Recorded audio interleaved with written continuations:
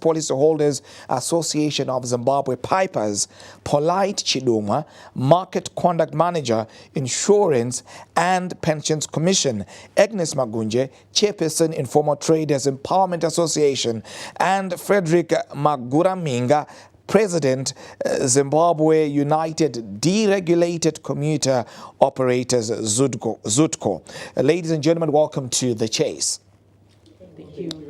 Now, please note that the views and opinions expressed on this very program are not those of Zim Papers Limited or those of ZTN Prime, but reflect the views of these, our esteemed guests. Now, to get the ball rolling, I'll start with you, Polite. The guideline, of course, seeks to expand pension coverage to the informal sector, the self-employed, accounting for over 60% of Zimbabwe's GDP contribution. Now, this constitutes, of course, the majority of the workforce spread across the different sectors, the quarters of the economy. We speak of miners, we speak of those in agriculture, those in the hospitality sector, among several other key pillars of Zimbabwe's economy. Now, may you speak to the significance of this net that's being cast out into the Zimbabwean macroeconomic waters? Thank you very much. Good evening, viewers. I think like what you rightfully said, the informal sector is now commanding a very significant portion of the country's economic activities, with this more than 60% contribution to GDP. And what we have done from the Insurance and Pensions Commission, I think you are aware of the fact that our core mandate is to regulate, supervise, and develop the insurance and pension sector for the protection of pension scheme members. So what we have noted is that we cannot continue to advance the increase in pension coverage, neither can we continue to advance the increase in pensions penetration without tapping into the informal sector. So from a supply side, what we've done is to create a conducive environment by developing the micro-pensions framework, which provides the basis upon which the micro-pension funds can now come into play by registering them and also supervising the operations of such schemes, so that at the end of the day, the informal sector can now contribute in an environment where the pension funds are regulated and they can now deliver to the requirements of the pension scheme members. And just to hasten to say that what we have done in terms of making that it talks to the needs of the informal sector, there are a number of issues which are included in that micro-pension framework, which include the aspect of flexibility, where those who are contributing might not need to contribute on a regular basis as per the traditional pension scheme. But what they need to do is to bring those contributions based on their income flows. It can be twice a month, or it can be once after 3 months, depending on their cash flows. And what we have also done is try to look at what they can do in terms of meeting the current requirements. Because if you look at the traditional pension products, they are such that the benefits are paid upon retirement. But if you look at the current framework that we have developed, there is scope for those in the informal sector to actually access the benefits even before the retirement age, so that they can also take care of their current needs. So to a large extent, the development of this micro-pension framework is going to address the needs of those who are in the informal sector. Right. I'll relay this question to you, Agnes. Of course, as he rightly alluded to the fact that the majority of the informal sector has for so many years been left out of this subsector, as it were, the insurance subsector, as it were. And that has, of course, had repercussions across the economy. Now, my question is this. With this new policy framing that's in place, were there any sufficient consultations that were made that cater to the needs of the informal sector in this regard? Okay, thank you, Eben. You know, we really appreciate where we are at, especially with the pension fund coming in this scheme. So what I can clearly say is we've been involved with these conversations with NASA particularly. And there was a time, I think, when they tried to launch this, and we then reverted them back to say we really need to do a thorough research where you can really get down to the people and really understand the informal sector and what their needs are. And I'm glad to also say that, after the research was done, we were also called in to review the findings, and contributions were also made in those findings. And, a lot, I think, of what he was saying was what was also alluded in that, to say it has to be a flexible scheme, and it should also be able to give back before we can say we would want to benefit from it or upon retirement, because in the informal sector there is the issue of not guaranteed income in some cases, because some trades are not constant and they don't continue, they are seasonal. So sometimes even the income that you make is not really sustainable to say you can also be able to make your contributions regularly, or even a certain figure at a certain time, because even as you started to say that there are various actors in the informal sector doing different type of work, which also contributes or gives you different types of figures at a particular season. So you might find, if I'm just rearing chickens at that particular time, in 6 weeks I can make the money, but when things fall the other way, it can be, so because of that issue, I'm glad that the issue of flexibility towards contributions is also very pronounced. Right. Noreen, I'll pose the same question to you. Were you consulted? All right. Well, our duty as pipers is to make sure that policyholders are given what is due to them. Yes, we know what is happening in the sector, that they are disadvantaged somehow, but we are saying, as pipers, we are here to make sure that they are given what is due to them. Our role complements that of IPEC to say those who are not satisfied with the services, or those who do have complaints, are actually serviced, are actually given what is supposed to be given to them. That is our standing as pipers. Right. Frederick, of course, you as well represent the interests of a good number of informal players in Zimbabwe's market. Where this very subject is concerned, there is, of course, the sentiment that's coming from IPEC that some consultations were made. Were you consulted? And if you were, how happy are you with the progress that's been made so far? Do you believe that what we're seeing reflected at this inclusion, because we're suffering from financial exclusion, and this is after independence, and it was not reachable to the informal sector. The informal sector has not existed for the past 10 years, but for years back. But we have not seen this. What I can say is, number one, starting from the beginning, I'm on the other number one now. We did not receive any invitations for consultations. NASA attempted to do that, to consult us. There was a time when they actually got to us trying to know how we operate, our operations, our challenges, but the consultations were not complete. They were just preliminary. And as I speak right now, we are not talking about NASA, but it's also about insurance. Then coming to IPEC, I know they are at the top. They regulate according to the presentation. Thank you very much.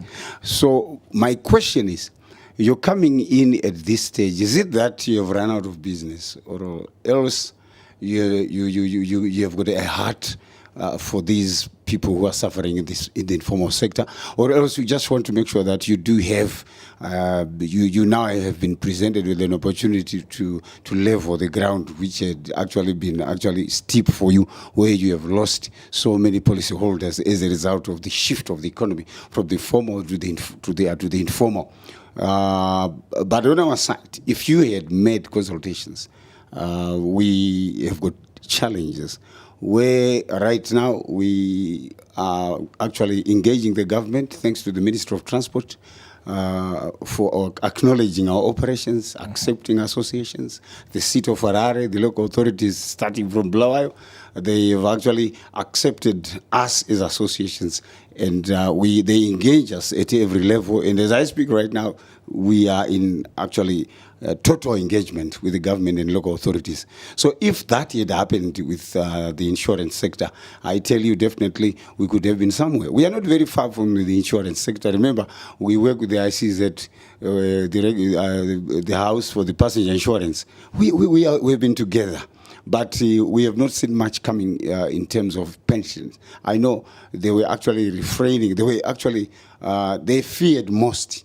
They did not want to engage with us. Maybe they thought we are not the right people to be engaged with because of our operations, because we still have got issues that need to be leveled, where drivers have to accept that they are professionals, conductors, they are professionals, and also ourselves as operators also accepting that we are professional business entities who comply with the government, who comply with other laws. So the engagement part of it lastly was not there, and it definitely, it makes this whole thing right now an idea, not realistic. Right. I'm sure you're eager to weigh in, Polite. Okay, thank you very much. I think like what you have already noted, the aspect of financial inclusion is very important, so that we leave no one behind. And in our testing, trying to make sure that everyone has come on board, we did some consultations with several stakeholders. And it's unfortunate that maybe if you were not engaged, it's also a learning point from our end where we also need to broaden the scope of engagement. But the likes of ICZ that we are mentioning, we have already engaged them amongst other many stakeholders. And in terms of what we want to achieve, I think we have already noted that there is already a gap which is there, where the current products were talking to those in the formal sector. And now that we have a significant portion of the workforce in the informal sector, there is need to bridge that gap. Right. So as a way of trying to bridge that gap, it is our view that the micro-pension framework will go a long way in trying to address that gap. Because like what my sister was indicating, if you look at it, it has some flexibility which allows people in the informal sector to contribute, given the irregular incomes that they get, and also given their current needs. So what we can assure you is that going forward, our doors are always open for engagement, and we will continue to engage as we try to refine some of them, depending with the needs on the ground, and also depending with the developments. Certain adjustments can be made to try to accommodate some of the gaps which we have identified. But in our view, it is a very good starting point, where wide consultations have been that we have already registered, which are already starting to take on board those who are in the informal sector. Right. Agnes, how realistic is this scheme, given the income flows of a good number of informal traders spread, of course, across the length and breadth of Zimbabwe? Okay. I will speak from my constituency, which is really when we're looking from the vendors, going up. The other probably critical issue is, the divide, the gap between them and us. How flexible is the product going to be? How accessible is it going to be? I mean, there are other models where we have seen, especially when we're speaking from it was extracted from your salaries, how then is the mechanism going to work, and what platforms are also available so that we can really see, the change that it's going to make. And it's unfortunate we're not speaking about a specific product where we can say if we are addressing kuti gutsa vazhinji package is at this price and it's going to be, then we could unpack it further. But it's like we're speaking from the air where we are saying it's there, but we don't know. It appears very much abstract at this point. Exactly, yeah. So to even see where you fit in and where you can really say this is where you are. I think, like my brother said, I think the consultations were very closed up. I think by this time we could have seen IPEC sprouting at the grassroots, right from there, saying this is where we've placed ourselves and this is. We should be physically seeing what they are trying to extract from the ground and right at the ground, but not the assumptions of saying, okay, yes, maybe the micro, we have this that is going on, and then we are also looking at this, because that's where most of the problems happen. That's where most people are left out. That's where you will find the representatives would know, but what action are you still doing? Because when we also approach them and say, we really need to go down there, we really need to make our members aware, you find that the budget to really fulfill some of these awareness campaigns is very limited. So you, like my brother is saying, is it a reaping before you really sow kind of issue, or where are we at? So that's what we would also want all, even the other players who are looking at the informal sector, to say, are you investing enough in your awareness campaigns, in putting out your products there, or do you just want to reap where you have no budget of really spreading out the word? So I can see Frederick is very eager. As you said earlier, ZUDAC feels very much excluded from this very initiative. What would be your contribution? What do you want to see happen? What we would want to see happening is that you start by an awareness campaign. But you cannot do an awareness campaign without facing the representatives. Because as I'm here... Consultation. Yes, I'm not speaking on my behalf. I'm speaking on behalf of the members. They've got the challenges. So if we actually put in a pool all the challenges, then they get to know the challenges. When they get to their offices, they will know and actually be able to tailor-make something that will be well received by our constituency. Before you continue, I just want to check from you. Have you engaged any of the transporters in this particular economy in respect of maybe the combi drivers and that whole lot, as it were? Yeah, just to indicate that if you look at the operational environment, there are two major players who are involved. One, we have IPEC as the regulator.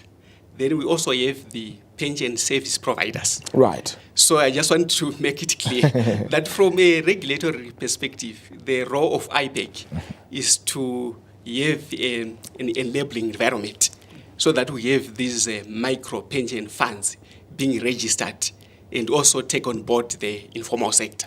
So what we've done, following consultations, as I've indicated, we have developed a framework which facilitates the registration and operation of those micro pension funds.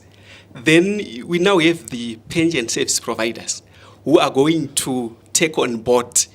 Has there been any indication from any of the established insurance players, as it were?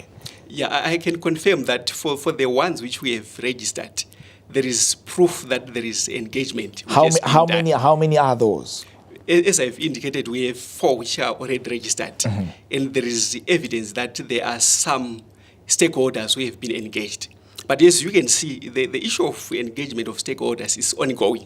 What we also do is to try to make sure that the scope for that engagement is also expanded, so that it can also take on board these crucial organizations which are representing the informal sector. Right, crucial organization, ZUDAC. I stopped you in your tracks just to get this, I beg your pardon for that, ZUDCO, right. As you rightly pointed out in that particular regard, may you elaborate in terms of what needs to be done to try and meet you halfway, as it were? Number one, it starts with ourselves. Mm-hmm. Like what I've said, we have been actually clamoring for ease of doing business in our sector, realigning the legal framework to make sure that it allows us to have or to operate well in business, in transport. Because as I speak right now, we still have got challenges that we are facing, and that we believe that the government and the local authorities have started already addressing, where we do have revenue leakages, which also affect our output. Because why am I saying this? Without a steady supply of income, it's difficult to project, it's difficult to have contributions. But as I speak, the government has allowed associations, and SI for associations is coming. And when we do have a statutory instrument for transport associations, it means the regulation part of it, 100%, 70% or 50% is done. Because we will actually incorporate the pensions, the pension of our people, because it forms the basis of our people's, our workers' welfare. Why do I say so? The sector has to attract employment. If somebody's pension is not addressed, it means we are not going to attract good drivers. We are not going to attract good staff. So it's critical. We accept that has to change. You can then come in, then we tailor-make together our product. Then we move around all provinces. In Bulawayo, we've got other associations in other cities.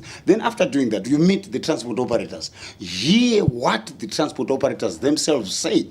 Because we've got committees, we've got route committees. Meet them, even all the transport operators. I tell you, you come up with something. Because right now the greatest fear is that if somebody deposits something, when the time of need comes, will somebody be able to get the right value which he actually deposited, which actually saved? That's the greatest fear. So there is a need for us to work together to make sure that we actually diffuse or demist the environment. Right, showing that there are products that safeguard the interests of the majority. In this case, this represents the informal sector. I know you're eager to weigh in terms of the checks and balances to make sure that we don't. Sector realized is that from birth until death, we pass through stages, okay?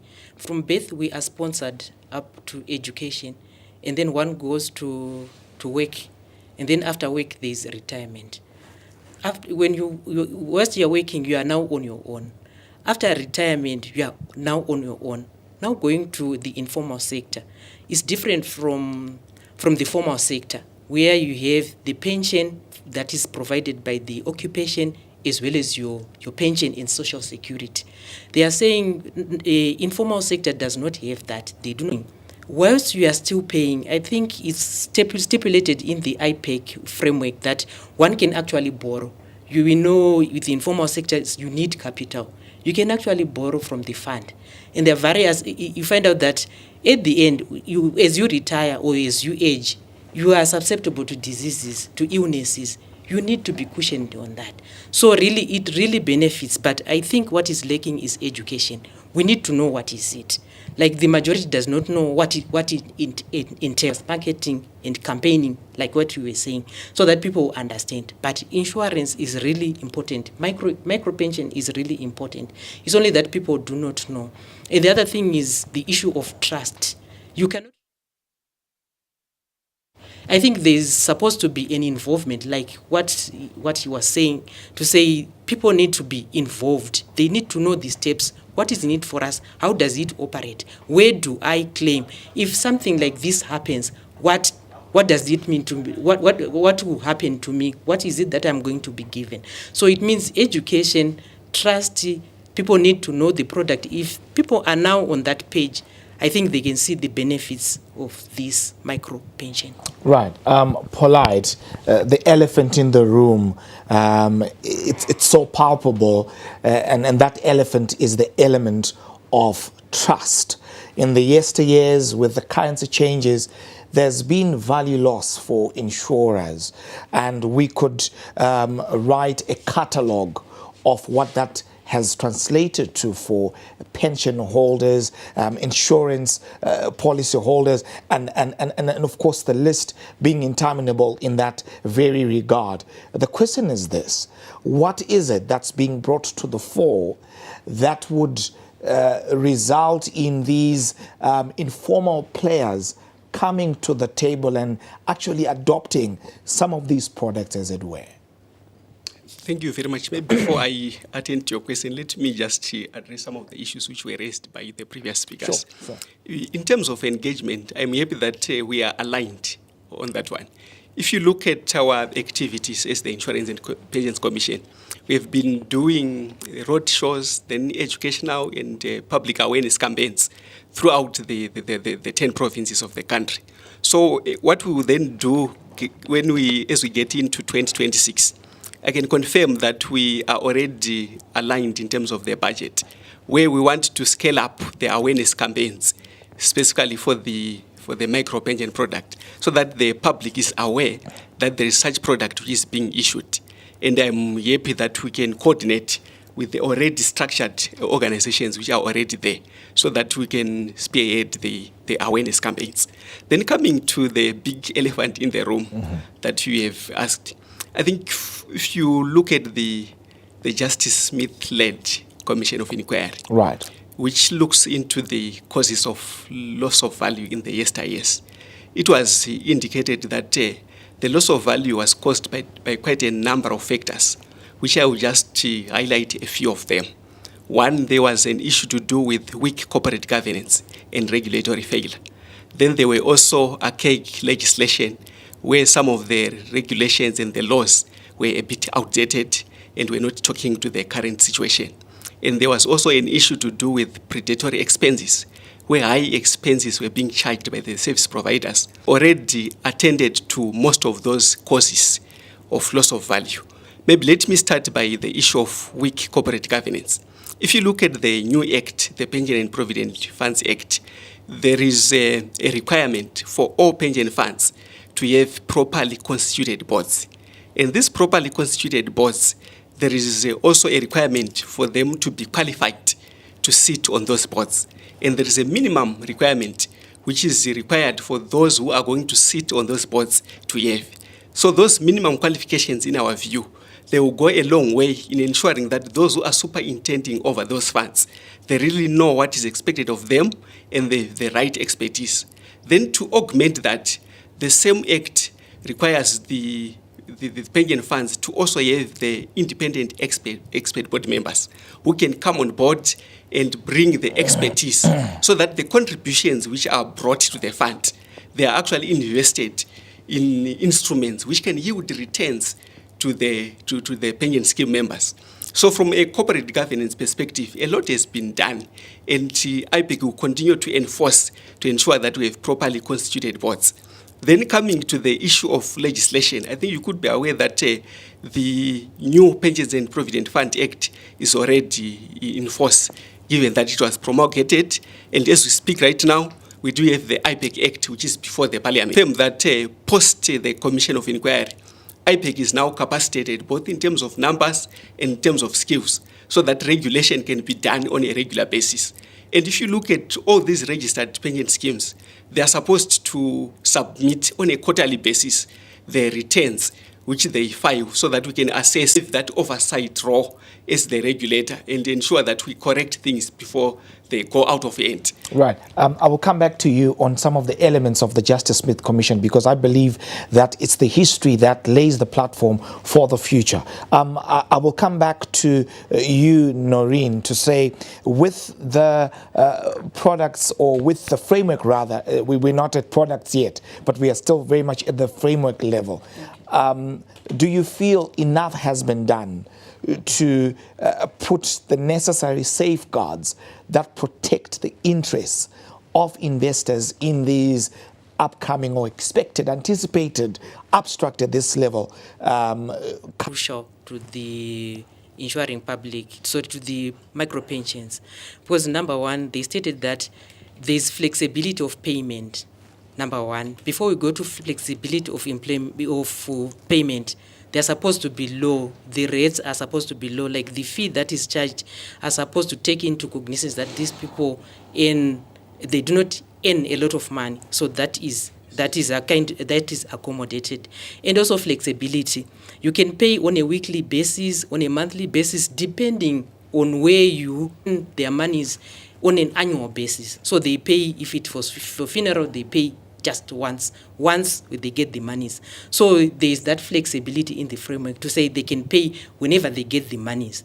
Okay, they can also borrow from the fund. They are not waiting for, if it is a 20-year period of payment, they can actually borrow within when one fails to pay the premiums or the monthly contributions. It's also it's also stipulated to say what is supposed to be done. So I think as far as IPEC I think with the framework, the IPEC is actually accommodated the market, the micro pension scheme.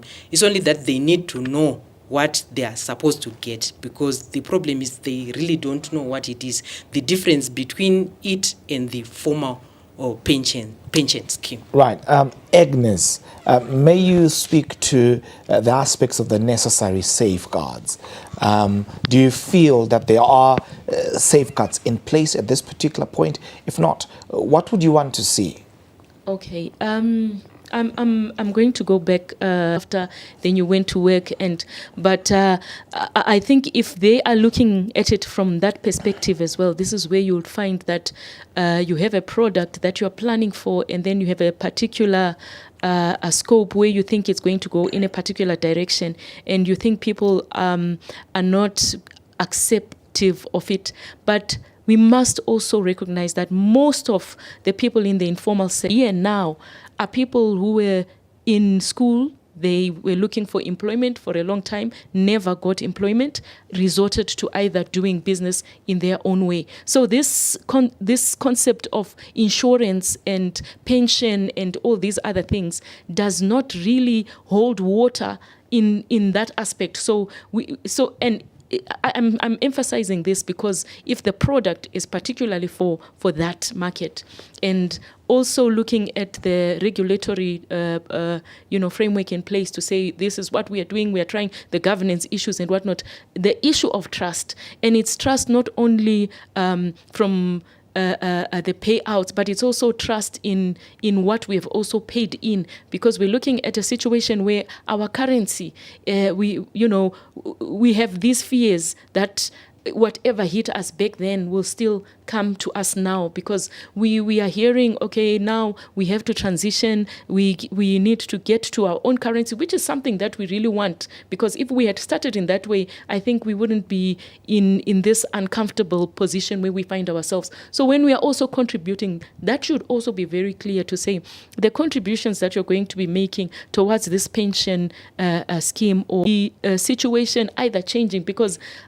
you are speaking to someone also who saw their parents affected by the same situation, where you are saying, okay, if my mom had a pension scheme which was supposed to have looked after us, but this happened to it. So I think it's also critical, like what Eben was saying, to say these issues, are they just a theory on paper, but when push comes to shove, we are just faced with these whole consequences. So we've been overstating this to say those critical issues, this trust issue, it really needs to be clearly spelled out to say, if you're going to be contributing in this form, this is also what you're going to reap. Because I will say that's the other elephant in the room, to say we are now going to be looking at using the local currency. Is it going to be particularly looking at that? Maybe we may not. We are in the US. How is it going to be addressed? How is the issue of the currency towards the contribution going to be also addressed? Right. As you respond to that, before I come to you, Frederick, as you respond to that, one of the elements indicated in the Justice Smith Commission is the fact that where there was value loss in the past, there was value loss where policyholders and insurers were concerned, but not so much where the shareholders were concerned, because it seems that where a good number of the properties that are owned by the insurance houses that we've got in the country, the pension institutions that we've got in the country, it's mostly those that are owned by the shareholders. And so the Justice Smith recommends that there be a payment to the insurance holders, the policy holders, and a deduction or of some sort made on the part of the shareholders. So I believe where these issues are concerned, what is the stance taken? And that stance perhaps could help us inform how these operators and informal players would feel from this particular point. How do you respond to that? I think the concerns are very real. And I just want to highlight that a lot has been done, especially given the promulgation of the new Act. If you look at Section 14 of the new Pensions and Provident Funds Act, in terms of trying to enhance transparency, every member of the pension scheme is supposed to be given the rules of the fund. And the rules of the fund will be stipulating what the members will be contributing and also what the member is supposed to expect. Just to jump in there, that sounds a very beautiful picture. But in as far as the compensation indicated in the Justice Smith Commission, where the policyholders are concerned, we've got policyholders that are still getting $5 a month. $10 a month. But the Justice Smith Commission stipulates that there should be some compensation. So the question is, on the compensation aspect of things, are we going to see any compensation? Perhaps that would help boost confidence in the new policies that you're crafting. Yeah, coming to the issue of compensation, I think we have already yet that it's a process which is ongoing. And I can confirm that there are some funds which have already paid compensation. But now to up the game and also to increase the speed, there are engagements which have been done by insurance companies and also by the government to ensure that there are a lot of people who are compensated. So in terms of the issue of compensation, there is no going back. It's very clear, even from a policy direction, that compensation is going to be done. And very soon we are going to see many people being compensated to just ensure that we do away with the loss of value that was done.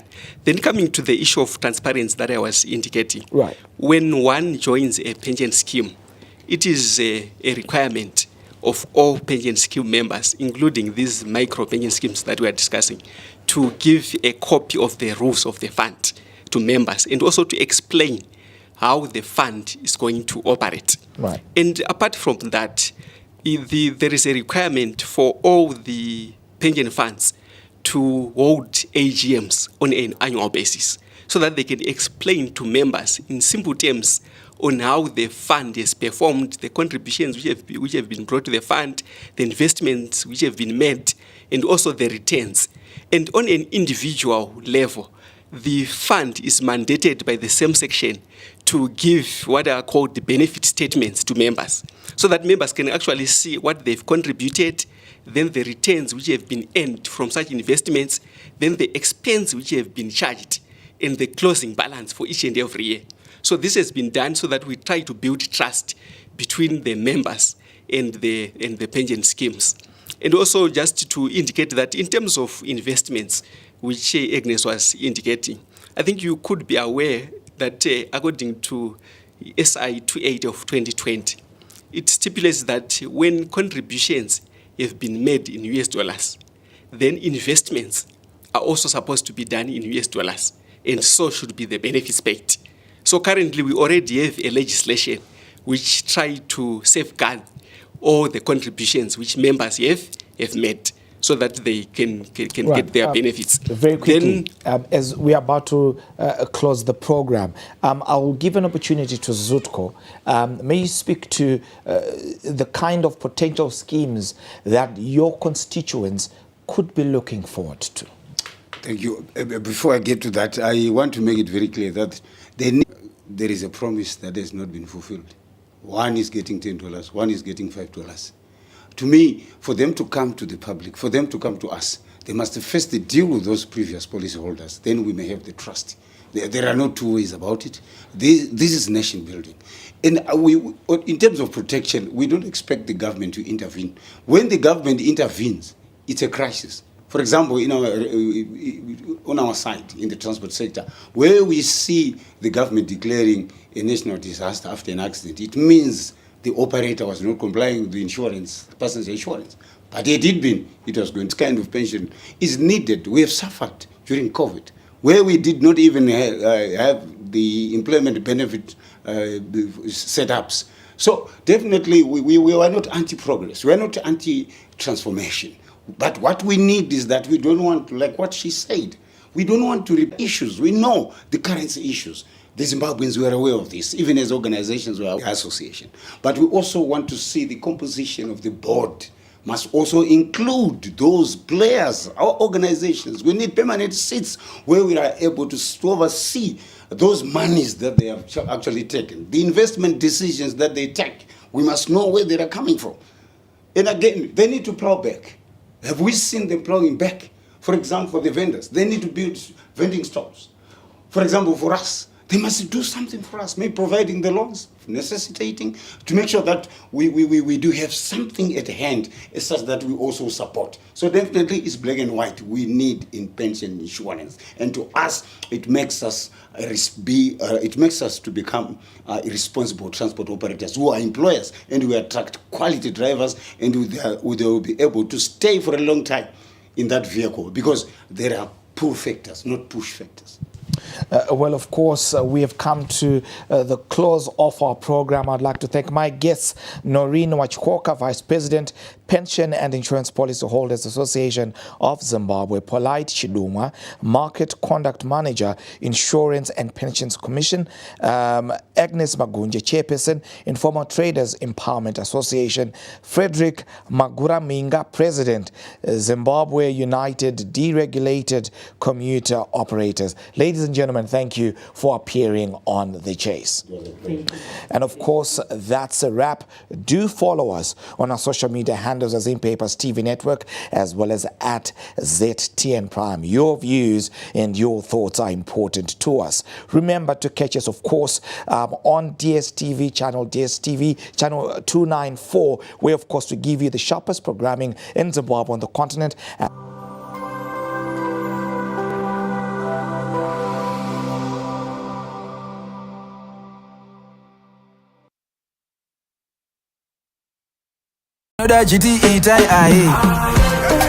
Music and over and I need to fire zvangu zimda Machiso. Chingoro zvangu maround ndiri pari CBD like so old school chero old school chete.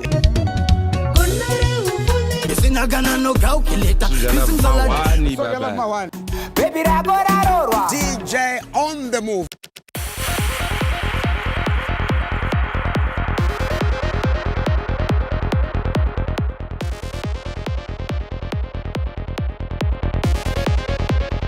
Welcome to Cinema Buzz, where today we're taking a delightful trip down memory lane.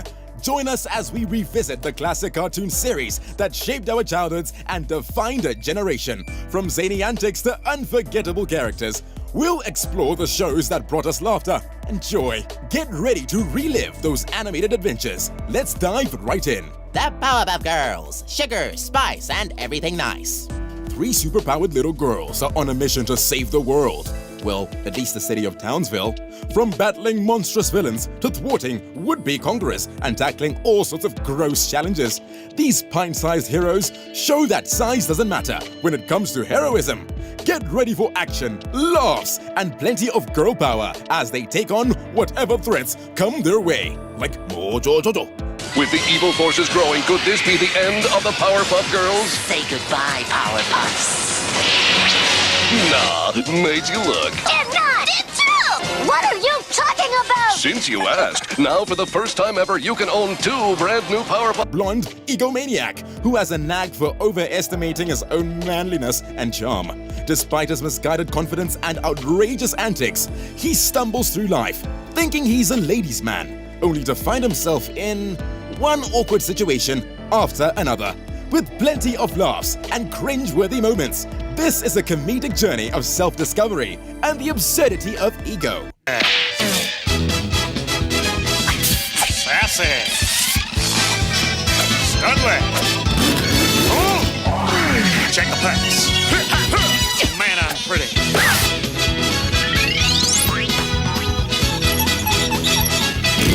Do the monkey with me. Codename Kids Next Door. Join a group of 10-year-old friends as they embark on thrilling adventures, fighting against adult restrictions. From sneaking out for late-night fun to campaigning for their rights to play, they prove that the battle for freedom is one worth waging.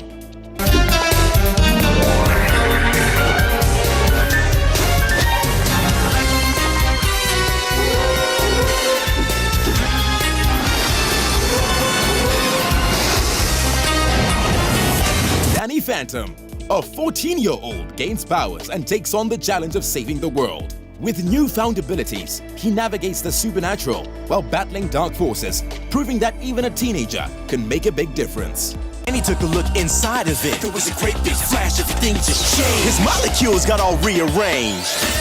When he first woke up, he realized he had snow white hair and glowing green eyes. He could walk through walls, disappear, and fly. He was They unlock a virtual world called Lyoko. However, their discovery awakens a sentient virus bent on taking over the real world, forcing them to battle against time and technology to save both realms. Would you mind concentrating? Do I have to remind you there's a tower to deactivate? Tower deactivated. worse than Mrs. Hertz's class.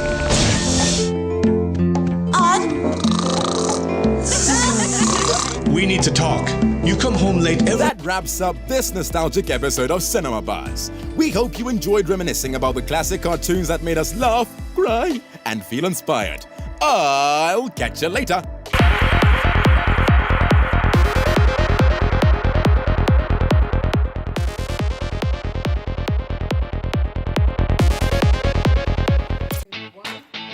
What's good, beautiful people? My name is Brian K. Hello, everybody. My name is Manuchi. Hello, everyone. My name is Violeta Swanda. Shalom, blessings. Minister My Ultimate Gospel 10. And you are watching My Ultimate Gospel 10. And you are watching My Ultimate Gospel 10 on ZTN Prime. On ZTN Prime. Here on ZTN Prime. Thank you so much for tuning in and watching My Ultimate Gospel 10 on ZTN Prime. Shalom.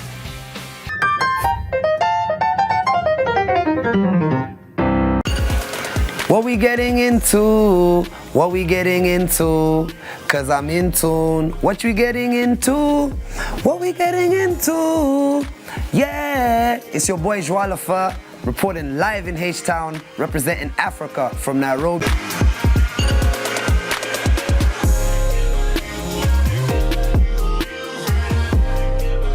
Me becoming Africa's brightest star was sparked because I was born in Nairobi, Kenya, a bustling capital with, a nation that's so diverse.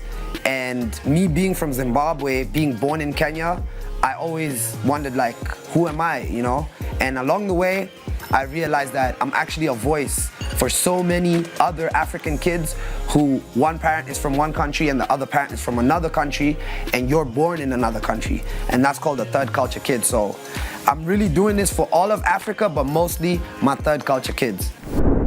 Most definitely, my roots in Nairobi and Harare have shaped my career in so many ways. Nairobi is where I released my first ever project in 2015, 10 years ago. Notebook Chronicles. I was still in high school at the time. And Harare, how it shaped my career is I learned about being released in 2019 or being recorded in 2019 and being released in 2020 was really a hit because at the time, African music was not really trending or in the conversation of global music. We did have our P-Squares, our WizKids at the time, but it was not the moment for African music. So I think my album really took off in America because it was something new. They'd never seen African music, and yeah, African music is here to stay for sure. So Stack or Starve connects to Masango, the album, because Stack or Starve is a mixtape series and Masango is an album. So Stack or Starve is more of a lifestyle.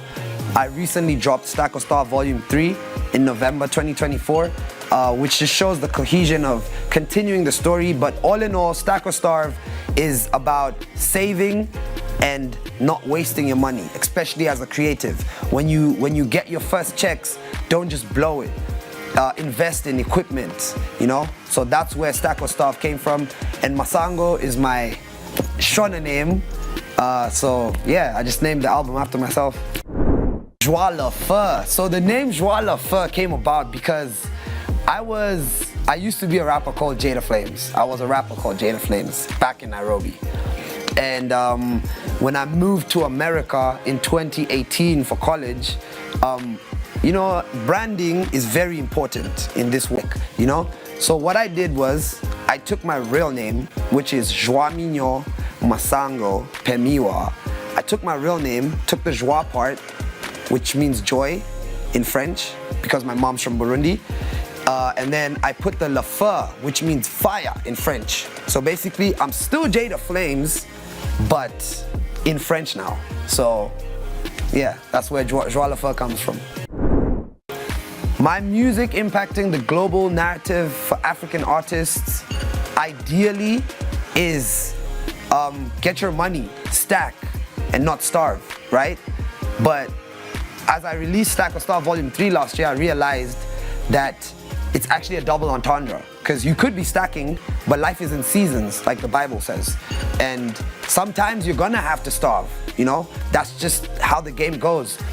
But yeah, my impact on the world, I'll say positivity and a beautiful land, my home, Africa. Doing My Thing is one of my biggest albums to date. We did 50,000 streams on that album. And to be honest, I loved it because I was working with different artists from across the pond in UK. At the time I was in America. And it really just solidified me as a musician, that being my first album. My sophomore album, sorry. Yeah, I think I really loved the process of working with different artists and experimenting different sounds. To all of my fans in Zimbabwe, in Kenya, in UK, worldwide, Disrupt World, we see you. Keep your heads up, have your mind right, have your body right, and make sure you keep your soul right. Those are 3 things I'll tell the youth. And yeah, it's Joie Le Feu.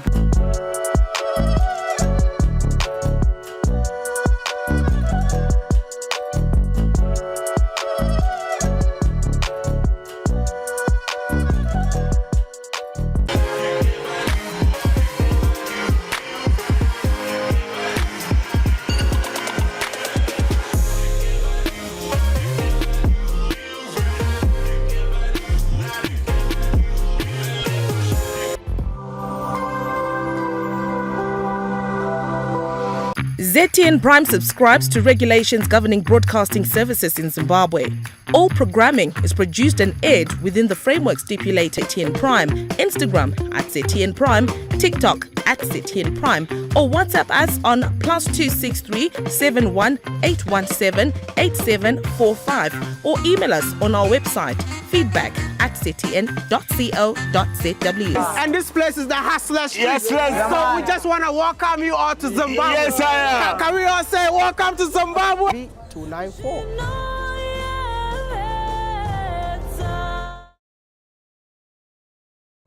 kumele silungisile indaba ye-protest simenze sure ukuthi iyahluka kulamanye. The highlight yayo is le ndaba ka-MK, and people need to find out ukuthi uphila kanjani. The only issue is that we can't do it. What is this? It's an interdict. But any person found protesting shall be arrested on site. I get a picture to the development consortium for this student city.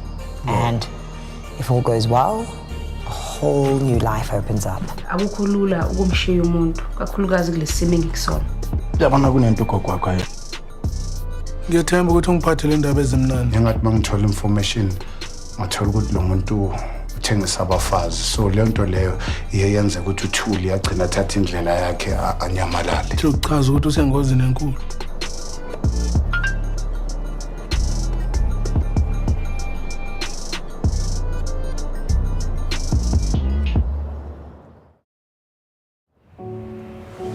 Ufuna ukukhuluma ngani? Kumela noma? Yebo kumayelana naye.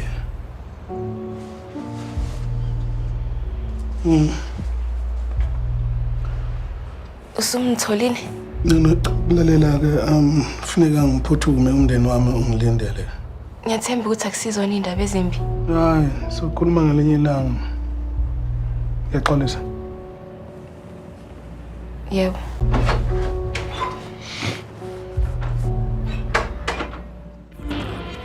Paso, ven. Asheshe. Alahle. Zabuya toes kwando ngazatu. Kamntana mi wondela phina.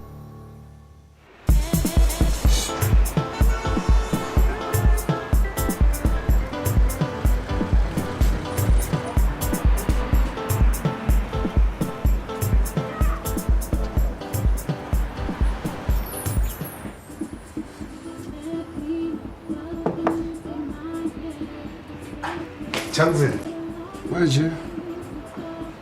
Wando ex yakho. Ex yani manje. Imali kuphi baphuza iPhD. Sona lesi. Yilo onokuya lapha kule yabhala kunokuya lo Nimrod. Emilnazi uye qobo lwakhe. Manje bheka man. Yazi le ndaba yakuthi uye lapha na uyiwana ngithandisisi. Kumele donse mina nje sibe 2 yabo ungabi singela. Oh, my Superman.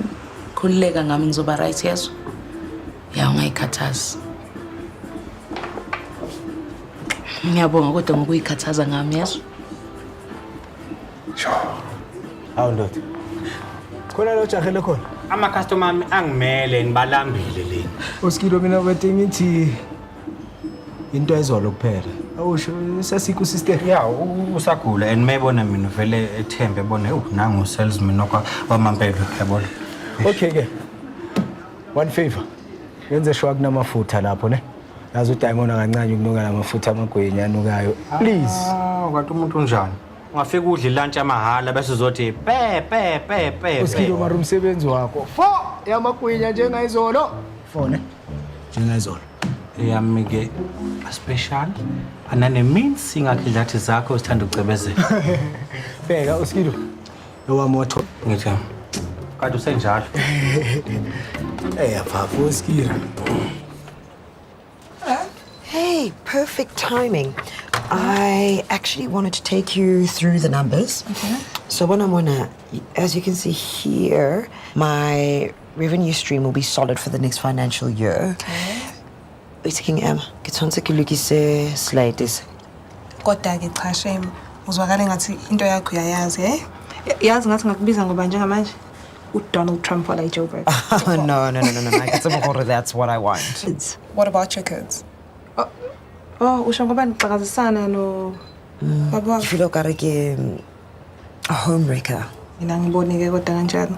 Mina ngibone ngazuthi ulandela amaphupha akho futhi ufeza nefiso zakho. Things will never be the same again between me and Banzi. Angathi unandaba nje ngobanzi. Honestly, ngathi usumsize kangaka Claudia, usumenzele into eziningi kangaka. Forget about you, Lore. Building Rome was never easy. Bithi ngokwakho uthokuzwana. Yakuthini? Ngehlisa umoya, relax, hambe uyothatha noma iwalk. Ubuye mususu right. So sweet. Okay, let's get back to this. Okay. So, ngabanga kakhulu Bravisto for a lift, eh? Anytime. Malingo bavumele ukuthi bakuripe off le gearbox. Angazi ngithatha imali ye service engaka. Kwazi bani mhlawumbe nje ngelinye lamalanga lomfana lo Ali angathola iprize money. But kuzomela qualify qala for ama match championship. Kero. Phela lo mfana wakho lo uAli akakabi ready. No choice, mela be ready. Otherwise Banzi uzomthatha missing again. Ngiyathemba ukuthi wamtshela lo mfana lo uBanzi ukuthi he must go to hell. Aphathe yakhe le fight coach. Uyayikhethile namathemza wakhe. Kunene. So uyahlanya la ikhanda, ungenwe yini la ikhanda Kale nini ukuthi manje angene khona ama qualified ama championships. Yangizwa ukuthi uthini ku amateur. It was supposed to be a one-day fair fight. No choice, coach. Do I? Just because you made it a deal with the devil. I know. Uyazibonakala engathi nje I'm watching history repeats itself. Ngicela siphume kuleyo nto coach. Yazi into engingwarisa manje ukuthi angazi ngalo mfana ukuthi uyolwa nabani. I'll find out.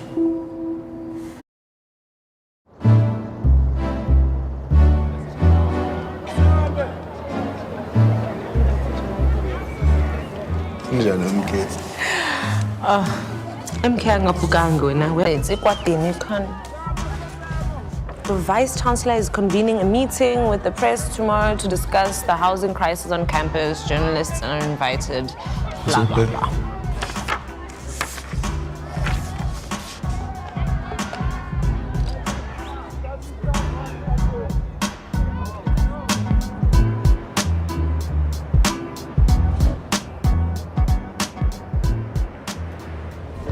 Angishiya kanje ngiphemile.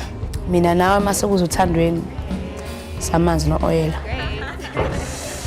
Funeke nje sishiye lapho. Kodwa ke ngiyafuna ukukusiza ngebhizinisi lakho. Ngiyakuzwa. Wena udinga upartner. Mina ngidinga extra money ngoba umntwana useyeza. Qinisile. Manje ke uyavuma ukuthi sibe ama-business partner. Uzongiboleka imali? Hayi wo. Bambigi. Faka ibreak. Washesha kanje. Leya mali ngizokunikeza mase ngibona i-agreement phakathi kwakho ne-in-house aid solutions. Kulungile uzobona amaphepha nami ngomumi. 20,000 imali eningi ngabi. Ngicela Kulungile. Zokunikeza uzobona wonke ama-contract. Okay.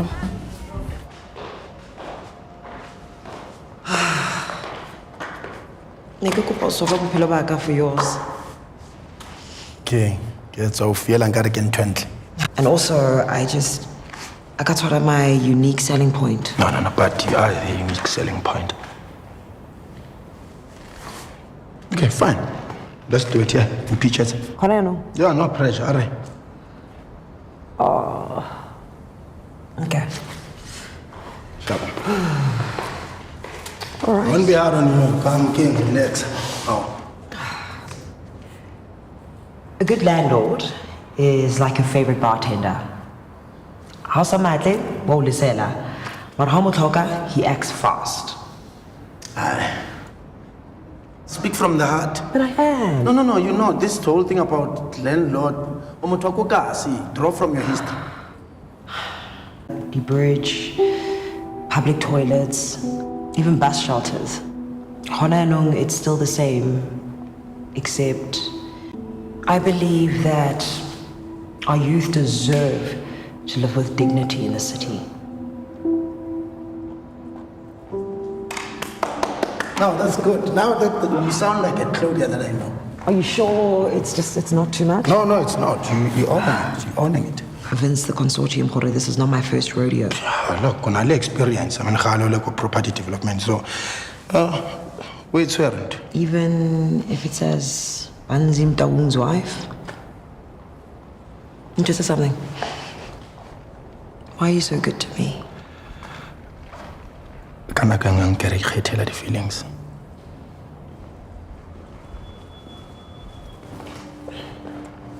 I hope I'm not interrupting.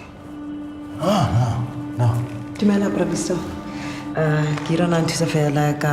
Just like old times. Yeah. Thanks.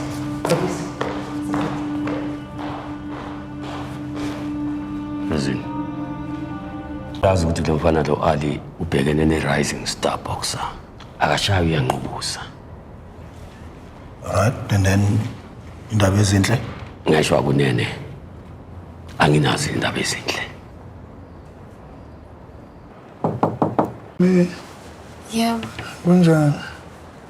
Yaphila. Isikhathi esi-right lisa ngisho. Yebo cha bengisafunda nje. Ngize lapha ngizoxolisa ukuthi ngisheshe ngahamba. Nginenkinga engibhekene nayo Claudia akathandi ukuthi ngifike late kule insuku. So uyangixolela ngisho. Yebo. So singaxoxa ngisho. Yebo uyafuna ukungena? No, cha. Ngifuna siphume nje. Ilungile ngicela unginikeze umzuzwana. Okay.